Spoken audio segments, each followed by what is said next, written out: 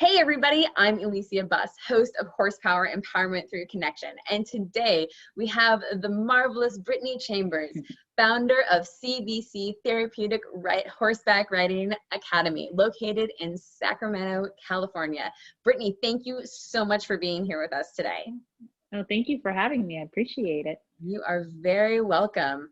I hear it's gotten a little chilly over there in California. Yes, and very foggy, which is odd. Well, not normal, but it's just very chilly and foggy out. It's like a real winter. Now, one of the things that I love about the work that you're doing over there is that you're serving such a diverse group, and you have so many cool things that you're offering, between your online academy to the horseback riding lessons. It's like fun. Yeah, just so many cool things. Can you tell us more about the people that you're serving and what you have going on over there? So I serve pretty much, I've had 3-year-olds ride, but 3 years old all the way up. Anybody's welcome. We do also do equine facilitated psychotherapy and equine facilitated learning. So for anybody who might just need a little bit more assistance in their learning or mental health, then we assist with that. Also, we do horseback riding lessons, horse training, in-person horsemanship classes, so it's everything but riding, and then we have the online academy as well. So it's kind of like your one-stop shop. If you're just getting into the horse world, you have everything that you need right there, or if you need a refresher, or if you just want to come join the fun, that's everything that we offer. That's fantastic. And like, you've managed to keep all this going despite COVID. How's that going? Well, at first it was a little shaky because no one knew exactly what was going to happen, probably like March, April, so I kind of just put everything on pause. The riding lessons slowed down because obviously we wanted everybody to stay safe. And then Sacramento County, actually, the order for that was exempt for equestrian activities and mental health. So we were able to stay open, but we did have to be very careful, like one person in the barn at a time. Everybody has to wear a mask. We sanitize everything. And now we are a lot of people's PE. So we have thankfully grown. Yeah. So as of now, the end of the year. So we're going to be starting the beginning of the year with about 80 students on our roster. Wow. And we are bringing in more horses and we're bringing on more instructors to help meet, the demand of everybody wanting to learn horseback riding. So that's thankfully, we're very thankful to be able to still keep teaching and everything while the craziness is happening. Yeah, no, and with such an influx of new people, like, how are you dealing with the equine welfare piece and making sure that your horses don't burn out? Well, every 8 weeks we take 1 week off. Nice. So like right now the horses are going to have a 2-week break, but that's how our schedule works. And the schedule, majority of the people who just came in were beginners, so it's a lot of walk, very light trotting, but still the horses only get a certain amount of lessons a day. But definitely this year was the year where we did the 8 weeks on, 1 week off schedule, and the horses stay amazingly fresh, especially after that 1 week off. Nice. Yeah. And they just get trail rides, walks around the property, no work, so it's total vacation for them. That's cool. Do you do any cross training with your horses? No, they pretty much all stay with us. Since there's so many different dressage versus like Western, that kind of cross training. For me, yes. So as yes. So I make sure that they do bend, I want them to be bendy, if you want to say. I do teach neck reining, a seat stop. So I always start off with very loose reins. So for my riders who are learning how to ride, they ride off of their seat and not off their hands. So that's when the Western comes in with the nice loose rein. But then, they know dressage, they know extension, they know how to bend, they know their leads. So I train them to be cross-trained because I do teach English and Western.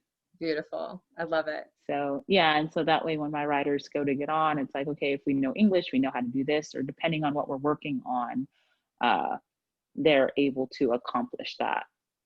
And do they learn groundwork before they ride, or like what's the process with all of that? Well, if they take the horsemanship classes, it's all groundwork, but if they're in the lesson, we'll do like 10 minutes in the stall of like grooming, and then it's kind of like groundwork as they go. So each lesson they learn a little bit more and more and more, like, okay, walk the horse out to the arena, or, let's brush here, brush there. So I don't want to take so much away from their riding, but the first 10 minutes of the lesson and the last 10 minutes of the lesson is on the ground, grooming, tacking, the horsemanship part of it. But if it's a rainy day, then yes, we are doing a groundwork activity. Fair enough. What are some of the positive effects you've seen with your students with the horses? I'd say confidence. Their confidence just shoots like through the roof. I mean, to the point where I'm literally holding their hand, brushing them where they're brushing the stall, to where I'm like, okay, I'm gonna go, over here real quick. And they're like, okay, we'll meet you in the arena. They're already all tacked up and on getting their horses warmed up for the lesson. So, I mean, I just see so much confidence coming out of them. That's really the biggest thing, and happiness, of course, and calmness. Yeah. But just watching my students' confidence grow, it's amazing. That's super cool. And so what are the different populations that you're serving in your area? I have a little bit of everything. So tell us about I have quite a few. Well, I see all different nationalities, which is beautiful, all different ages, religions from the nationality. I work with people, who may have been sex trafficking victims, at-risk youth. Oh gosh, at-risk youth, some who are just, I even have families come in that just want to have like a family time, like a large family. So I've partnered with the Sacramento Police Department and the mayor, just to kind of, so it's like if they call me, they're like, hey, we're sending this organization to you. And I'm like, okay, bring them on in. So a lot of it has to do with mental health as well. So anybody who needs a little bit of Lebanon from a horse, you can come see me. Oh, that's super cool. And then didn't you say that you also are serving the LGBTQ community? Yeah, so I do have a person who works with that community too. So we're getting things set up with them as well. So just trying to give everybody, a chance in the horse world and introduce them to it. Oh, that's awesome. I love that so much. And speaking of the horse world, like what got you into the horse world? My dad has been with horses for 55 years. So I was amazingly born into it. And I've been with horses since, probably that was my daycare as a kid. I went to the barn I went to the barn in a car seat, and I was hanging out, going to the stalls. I was sitting right outside the stall in the car seat. So it's been, I did go off to college and have a corporate America career, but I knew I was always going to end up being in the horse world. I knew I've always wanted to be a trainer. That's super cool. I love that. Yeah. And then you've got a fun little story about the name, the CBC name. Oh yeah. So CBC is actually my dad, when he had his racing stables. They were CBC racing stables, and CBC stands for Crystal and Brittney Chambers. Crystal is my sister. I'm Brittney, and so I said, well, hey Dad, I'm taking CBC, and that's what it is. So it's kind of like keeping it in the family, and that's just who we are. So. Kind of fun story. Some people on Facebook asked me, like, is Glenn Chambers your dad? And I was like, yeah. And they're like, oh my goodness, we thought so. Cause like CBC was like so familiar. You have his last name, you look like him. So I was like, yep, that's my dad. And this is us. He's still around, but I have CBC now. That's so funny. That's really cool. Thank you for sharing that story. Yeah. What is a beautiful opportunity to be able to share that as a family, like industry, working with horses. I gotta say, I'm a little envious. My dad is actually still my trainer. I see him every morning. Oh, that's so cool. So, and there's always things that, he probably has forgotten more than I even know, being in the industry for over 50 years. Yeah. So, but yep, he is my trainer. And when he still gets horses sent to him, but I just ride them for him. So he does, like he comes up with the training plan or everything. And he's like, okay, got a new horse coming in. And then I'm like, okay, what's the plan for this one? So he's like, oh, I've done all my riding for 40 years. So I ride all of his horses. That's super fun. Yeah. And you said you had a mental health background. So I'm assuming that's what you went to college for? Yeah, so I have an associate's in social science with a minor in psychology. I have a bachelor's in addiction counseling with a minor in psychology, and it's addiction counseling specializing in treatment. And I actually have my master's in criminal justice administration. Wow, And then I'm a that's dually certified with PATH. nice. I'm a certified therapeutic riding instructor and an equine specialist in mental health and learning. So since 2012, that's when I got my bachelor's degree. I've been working in the mental health field with drug addiction, addiction populations.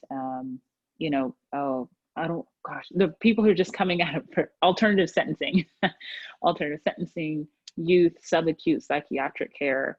I've done all of that. So it's kind of like pairing my corporate America college education background with horses. Oh, that's super cool. I love that. And like specifically about the addiction, like working with the horses, what do you see as a really positive benefit for that particular group of people? Responsibility.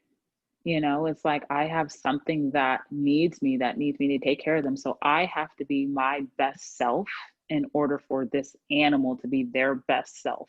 Yeah. And I have to control my emotions for this animal to understand. And you have to really keep them in check and fight certain urges. So it's kind of just recognizing what's going on with you and realizing how it can transfer over to your horse. Yeah. Is there a particular activity that you can give us an example of that you might do with that population?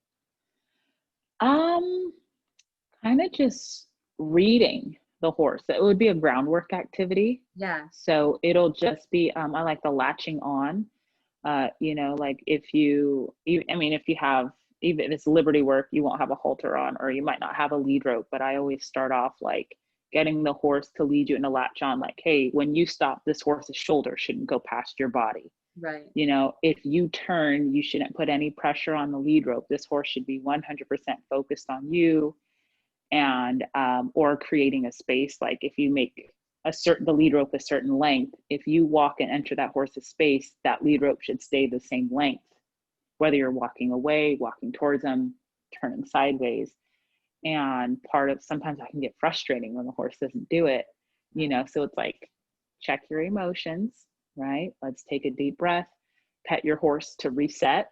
Mm-hmm. If they're latch on, or, to latch them on or unlatch them, you give them a pet to say, hey, we're done, or we're going to start a new round. And so it's just kind of like recognizing what you're doing, listening to your horse. Is your horse confused? Is your horse not confused? Like, are you communicating with them clearly? Yeah. So that's one that I like to do. Oh, it sounds really good. Sounds like some great opportunities to learn boundaries as well. Yeah, and then just like and just showing them how intelligent the animal is. It's like, nope, this lead rope, if and also like being assertive and commanding thing, but in a gentle way. So like, no, you're in my space, you don't enter my space, but also if I enter your space, you back up. Getting the horse to move off of your space, no matter how long that line is or not. Yeah. So sometimes I like to do it like when we get them all the way to the end of the lunge line. Uh-huh. And then we move them all around the arena based off of that lunge line, how long it is. That's awesome. For anybody that hasn't done work with a horse, like that takes real skill. But I'm sure you see it. It takes a while, but we try to get them to, just to get that. No, they can do it for sure. I'm just like laughing at myself at my own personal memories of working with my horses over the years. And now sometimes that's worked and sometimes it's not worked that great. Yes. And sometimes you have to call it a day. Yeah. And revisit. Yeah, it doesn't go smooth all the time, guys. It's not as easy as it sounds. You just have to own your space, and have grace and forgiveness with yourself, and like not shame yourself when things don't turn out just the way you think they should in that moment. Right. It makes a difference. So what's some of the science that you can share with us about working with horses? Like in regards to mental health or just anything, like the science of for instance, like chemical reactions in the brain or energy with the horses, or I know for me, I don't know about chemicals in the brain, but I would say more energy. Yeah. I even explain this to my riders. I have a horse who's not energy sensitive, and then I have one that is very energy sensitive. Like So people. they definitely, yeah. So it's like, if you, I have one, I'm like, if you come with a hyper energy, he's going to think he's a racehorse again. I mean, the flick of a switch. So I'm like, you need, if you relax, he relaxes. Then I have one, I'm like, you know, okay, if you get nervous, they're going to get nervous. They understand that. So I always automatically train my riders about their energy. Like, if you want them to get going, bring your energy up. You know, if they get a bit more aggressive, get there, get them going. Yeah. Or I have one where I'm like, relax your energy, because you are fueling the fire right now. And that So is not what you want. um, so I kind of think I truly believe horses do match your energy.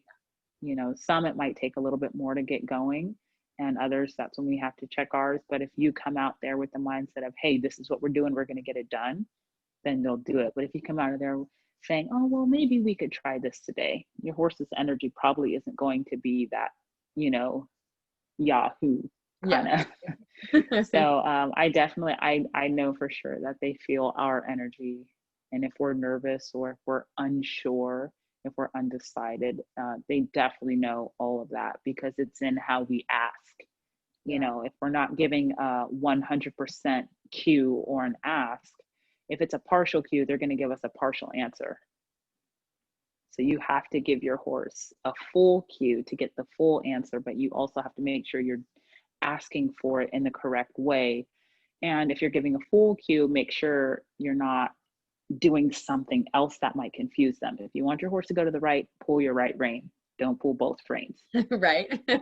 You know, so like something like that. So I think our energy, they definitely feel it. No, it makes sense to me. You know, speaking about things that people are learning with you, like what were some of the obstacles that you had to overcome to live your dreams today, working with the horses? I was working 3 jobs at one point. I was working a full-time job as a teacher from 7:30 to 4:30, and then from 5 to 8, I'd run my academy, and then on weekends, I actually taught at another facility. So I was working other jobs just to pay for my academy until I got there, Yeah. and you know, trying to be a young Black woman trying to come out as a trainer, like, hey, I'm a trainer. I've never seen another Black trainer that's Yeah. a woman. So, you know, and I'm kind of emerging now. So I'm still like figuring that world out, but I'm like, no, I'm confident in my training skills with horses. This is what it is. Um, Well, but a lot of it was just, thank you. A lot of it was just trying to make the leap from corporate America yeah. to my academy. And I didn't have to, but it was smart, because at the time, the company that was contracted to run the center I worked at, we never knew if they were going to have the contract the following month. Oh, wow. So I was like, you know, either I jump ship right now and start swimming, or I could see if this ship is going to stay afloat. So I jumped ship, and I've been over 2 years now, and I have not looked back. That's awesome. Well done. Thank you. You're very welcome. I love what you're doing out there. It's just, I think Oh, it's thanks. fun to like shout it from the rooftops, everything that you have going on. So what is some advice you would give people, like somebody coming into this industry? Keep going. I mean, it's a lot to learn. Horses, you never stop learning with horses. So ask questions, you know, talk to professionals who do other disciplines, other jobs in the industry. It's such a big industry, and you're learning about it every single day. So, you know, I'm learning something new about horses every day, and I've been with it my entire life. So don't stop, don't give up. You're going to get frustrated. I mean, that's part of life with horses. You get frustrated, but just keep going, keep learning as much as you can, and ask all the questions in the world, and find your own unique twist to it. You know, like put your own spin on things. That's what I did personally. I have done jumpers, dressage, reining. I've tried cutting. I've tried so many different disciplines. And someone asked me the other day, like, where'd you learn all this stuff? I said, I picked all these styles, and I picked what I liked from each style, and I made it my own technique to teach people how to ride from each of these styles. So come up, you know, ask questions, look at other people's riding, I always tell my riders, my students, always watch someone else ride, because you might pick up a technique that you like, or you might see a technique that might not work. So never stop learning and keep going. Ask a lot of questions. No, that's fantastic. And you were mentioning some jobs that people could start out with in the horse industry. Yeah. I mean, I tell my students, I have some students that are really good at pulling manes. I'm like, hey, grooming is a great job. You know, you can clean tack, clipping. Some of my students want to clip.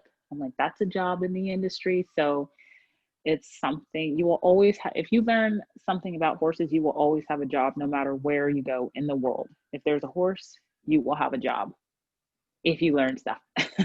Yeah, it's awesome. And then you have friends, like people of color within the industry that are doing great work as well. Can you tell us like some of the jobs that like even just like your close friends, like promoting? Oh yeah, I mean, work that they're I doing? have Want to give them any I shout have out? one. Yeah, I have Aubriana Johnson. She helps horse owner or business owners establish their digital hoof print. So she does strategies and does their website. She's doing my website, and she's helped me so much more than just my website, like with the strategies and all the everything I have in place going on. Chanel Rhodes owns Maine Tresses. She does colorful hair pieces for horses. So those are awesome. Caitlin Gooch does Saddle Up and Read. So she takes her horse, she uses her horses as a way to encourage reading. And she has that program. And was I have another recently friend on in Florida. CNN. Yes, Caitlin is everywhere right now. She's so amazing. Erin, my friend Erin Brown, she's the executive director of the Philadelphia Urban Riding Academy. So kind of something similar to mine, where she's teaching horseback riding. My friend Michelle Michelle Roseman is designing Roseman Ranch, which is a clothing brand. Nice. So I was like, trying to remember. I think I got them all, but yeah, they're all awesome. And it's just so many things you can do in the horse world. Well, that's fantastic. Thank you so much for sharing all of that. And we'll make sure to have the links to all those amazing human beings like in the description of the YouTube channel. So if anybody wanted to check them out, you're able to go and see all the amazing things that they're doing. And yeah, is there anything else that you'd like to share with us, Brittney, before our last question? I hope everyone's doing okay, and through this crazy time, I would say just try to keep pushing. I truly believe there's a reason for everything. Through COVID, I developed a textbook and a workbook for my academy and the online academy. I started a blog, so try to find the silver lining in the dark cloud and just keep your head up, and there's always a new day. Start something new. Now's your time to do it. It's so beautiful. Thank you so much for sharing that sentiment with us. You're welcome. And so for our last question for today, who in the world inspires you? My dad. He is like, I wish someday I could fill his shoes with how much knowledge he has of horses. It's just like, and now it's like an ongoing joke if something happens in the barn and he just like does it real quick. And I'm like, you've done this a time or two, haven't you? He goes, yeah, maybe just a little bit. So like, if I could just know a quarter of the knowledge that he knows, and I work with him every day, so that he's my biggest inspiration, definitely, for the horse world. I just wish I could be as great as him someday. I'm coming, Dad. I'm coming, trying to fill your shoes. I'm still the little girl by Daddy's side. Like, okay, Dad, what you doing? What you doing? That's awesome. I love that so much. Well, Brittney, thank you so much for sharing everything that you have today and for everything that you do to make the world a better place and help your community. Thank you. You're very welcome for sharing time. That was fantastic. All right. Thank you everyone so much for watching. It was a pleasure as always, and we will see you next time. Bye. Bye.